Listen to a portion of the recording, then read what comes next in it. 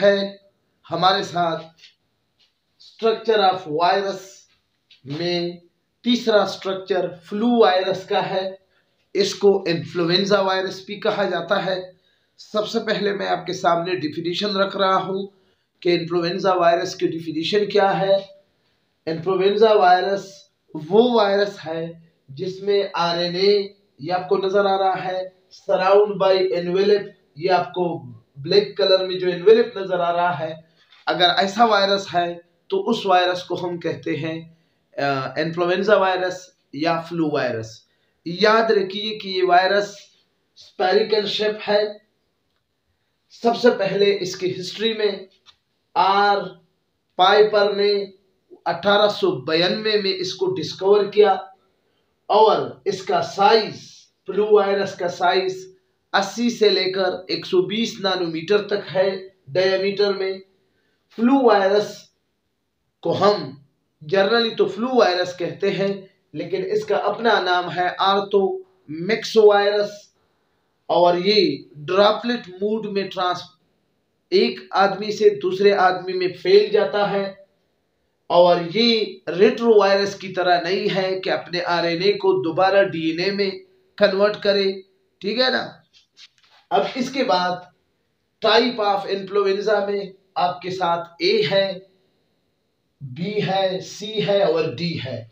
मैंने उसके साथ लिखे है कि ए वायरस इन्फ्लुएंजा का 4 किस्म के बुनियादी तौर पर वायरस है।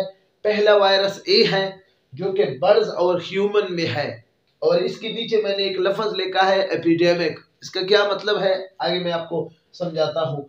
फिर बी में सिर्फ ह्यूमन बीइंग का है और ये भी आपको पता है कि इसके साथ मैंने लिखा है पेंडेमिक। सी इसके साथ मैंने लिखा है रेयर, यानी ये ए यानी बर्ड्स और ह्यूमन के बजाय ये ए और बी इन्फ्लुएंजा के मुकाबले में बहुत कम होते हैं। और डी ये केटल जानवरों का ब्लू इन्फ्लुएंजा है, जुकाम है। याद रखिए कि जुकाम इन्फ्लुएंजा में आपकी रिस्पिरेटरी सिस्टम के जो नोज है, थ्रोट है, लंग्स है, इसमें या तो आपके नाक से पानी बहना शुरू हो जाता है या आप कपिंग कर लेते हो या आपका बुखार होता है या चिल होता है या निमोनिया, मोस्ट एडवांस स्टेज में निमोनिया की सूरत में भी, यानी चेस्ट में जब आपको कपिंग के साथ दर्द महसूस होता है तो फिर हम उसको कहते हैं निमोनिया। अब मैं आपको एपिडेमिक का क्या मतलब है, एंडेमिक का क्या मतलब है, पेंडेमिक का क्या मतलब है, आउटब्रेक का क्या मतलब है। डिजीज के हवाले से ये अल्फाज बोले जाते हैं कि ये एपिडेमिक डिजीज है, ये एंडेमिक डिजीज है और ये पेंडेमिक डिजीज है और ये आउटब्रेक डिजीज है। एपिडेमिक डिजीज उस बीमारी को कहा जाता है कि एक खास रीजन में वो वहां से स्टार्ट हो जाए, ठीक है ना।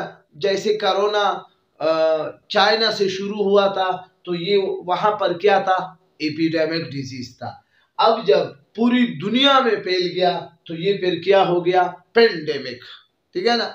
अब एंडेमिक क्या है, ऐसा डिजीज जो हर साल वहां ऐसा इलाका, ऐसा रीजन दुनिया का कि जो हर साल वहां पर यही बीमारी लाजमी तौर पर आता है। वो कंडीशन हमेशा उस बीमारी के लिए, उस बीमारी की जरासीमों के लिए बहुत सूटेबल होती है, सूटेबल एनवायरनमेंट उस जरासीम को मिलते हैं, लिहाजा हर साल वहां पर ये बीमारी लाजमी होगी तो उस बीमारी को फिर हम कहते हैं एंडेमिक। जैसे अफ्रीका के ममालिक में मलेरिया का डिजीज हर साल आता है और फिर इसके खिलाफ हंगामी तौर पर काम शुरू किया जाता है, तो ऐसी डिजीज को हम कहते हैं एंडेमिक। आउटब्रेक क्या है, मिसाल के तौर पर एक इलाके में कुछ लोग बीमार है, जुकाम है या कोई और बीमारी है, वो नंबर ऑफ इन्फेक्टेड पीपल अचानक बढ़ जाए, 5 से 50 हो जाए, 50 से 100 हो जाए, तो इस तरह के अचानक बढ़ने से लोगों की एक इलाके में, तो फिर हम कहते हैं कि ये आउटब्रेक है किसी डिजीज का। ये 4 अल्फाज इसकी एक्सप्लेनेशन है, ठीक है। अब जी आगे जा रहा हूं। अब मैं आपके सामने फ्लू वायरस का जो स्ट्रक्चर है वो आपके साथ डिस्कस करने जा रहा हूं। याद रखिए कि इन्फ्लुएंजा वायरस का सबसे पहला पार्ट आपको नजर आ रहा है, सबसे पहला पार्ट यहाँ से मैं जीनोम से शुरू कर लेता हूँ। ये हमारे साथ जीनोम है, ये सारा हमारे साथ, ये स्ट्रक्चर हमारे साथ जीनोम है। और आपको जीनोम में आरएनए नजर आ रहा है, ये हमारे साथ इसका जीनोम है। और इसके 8 पीसेस है, 1 2 3 4 5 6 7 8 पीसेस है आरएनए का। और यहाँ पर एक शुरू में आप एक राइबोसोम की तरह ग्रैनुलर बॉडी आपको नजर आ रही है, ये आरएनए पॉलीमरेज है, ठीक है ना। और इसके बाद आपको ये जो स्ट्रक्चर नजर आ रहे हैं, ये इसके ऊपर प्रोटीन का एक कोट है, ये हेलिकल स्ट्रक्चर है। अगर मैंने स्ट्रेट बनाए हैं तो आपने हेलिकल बनाने हैं, ये आपको इस तरह बनाने होंगे, ठीक है ना, ये आपको इस तरह बनाने होंगे, ठीक है ना। ये इस सिचुएशन में बनेंगे तो फिर ये अच्छी भी लगेंगे। और ये प्रोटीन कोड है जिसको हम कैप्सिड कहते हैं, ठीक है ना। ये हो गया इंशाल्लाह, गुड। ये हमारे साथ क्या है, कैप्सिड है, प्रोटीन से बनी हुई है। अब ये आरएनए पॉलीमरेज है। याद रखिए कि फ्लू वायरस के इस आरएनए, चूंकि ये रेट्रोवायरस नहीं है, इसका स्ट्रक्चर बार बार चेंज होता है, इसलिए हम इसके लिए कोई वैक्सीन नहीं बना सकता। अब तक कोई भी वैक्सीन इसके लिए नहीं बना है। उसकी वजह यह है कि इस आरएनए की स्ट्रक्चर में बहुत ज्यादा म्यूटेशन होती है, ठीक है ना। और इसके अलावा आरएनए पॉलीमरेज के हवाले से एक और बात भी मैं आपको बताते जाऊं कि कुछ आरएनए, कुछ जेनेटिक मटेरियल पॉजिटिव सेंस होते हैं और कुछ जेनेटिक मटेरियल नेगेटिव सेंस होंगे। नेगेटिव सेंस उस जेनेटिक मटेरियल को कहते हैं, उस आरएनए को कहते हैं कि जब इस आरएनए के साथ आपने लाजमी तौर पर कंप्लीमेंट्री एक और स्ट्रेन बनना होगा, तब जाकर ये काम शुरू होगा, तो उसको हम कहते हैं नेगेटिव सेंस। लेकिन अगर ऐसा जेनेटिक मटेरियल, ऐसा आरएनए जिसको अपने कंप्लीमेंट्री स्ट्रेन की जरूरत ना हो, तो फिर हम उसको कहते हैं कि ये पॉजिटिव सेंस है। तो ये अल्फाज। इसके बाद ये सारा इसका क्या है, जीनोम है। और आपने कैप्सिड भी देख लिया। इसके बाद हम जब आगे जाते हैं तो एक और स्ट्रक्चर हमें नजर आता है, आप देख सकते हो कि इसको हम कहते हैं मैट्रिक्स प्रोटीन, ठीक है ना। और मैट्रिक्स प्रोटीन ये एक एडिशनल प्रोटेक्शन है किसका, इस जीनोम का, इस जेनेटिक मटेरियल का, इस न्यूक्लियो प्रोटीन का, ठीक है ना। अब जी हम आगे जाते हैं। इस मैट्रिक्स प्रोटीन के बाद आपको ब्लैक कलर का एक स्पेरिकल शेप एनवेलप आपको नजर आ जाता है। ये क्या है, इसको हम कहते हैं एनवेलप।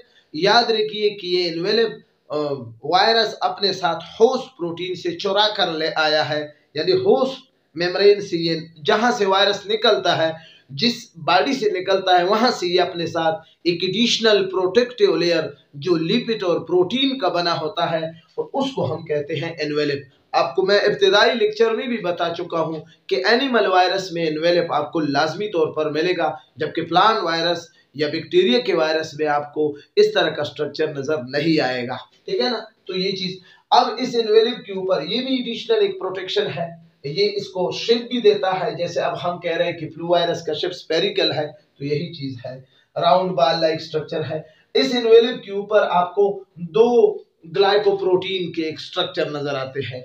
एक ऐसे स्ट्रक्चर है कि जिसके ऊपर क्या है, एक बॉक्स बना होता है, यानी ये मिसाल के तौर ये बॉक्स है और ये रॉड शेप स्ट्रक्चर है, यानी stock with box like structure को हम क्या कहते हैं, Na, न्यूरा एमाइनाइटिस, ठीक है ना। इसका काम क्या है कि अक्सर औकात, वैसे तो इन दोनों का काम अटैचमेंट का है, लेकिन Na का बुनियादी तौर पर काम क्या है कि वायरस को निकालना, रिलीज करना, ठीक है ना। अब ये आरएनए जो अंदर पड़ी है, इसको ये रिलीज करने का काम करते हैं, या वायरस को किसी होस्ट से बाहर करने का काम Na करते हैं।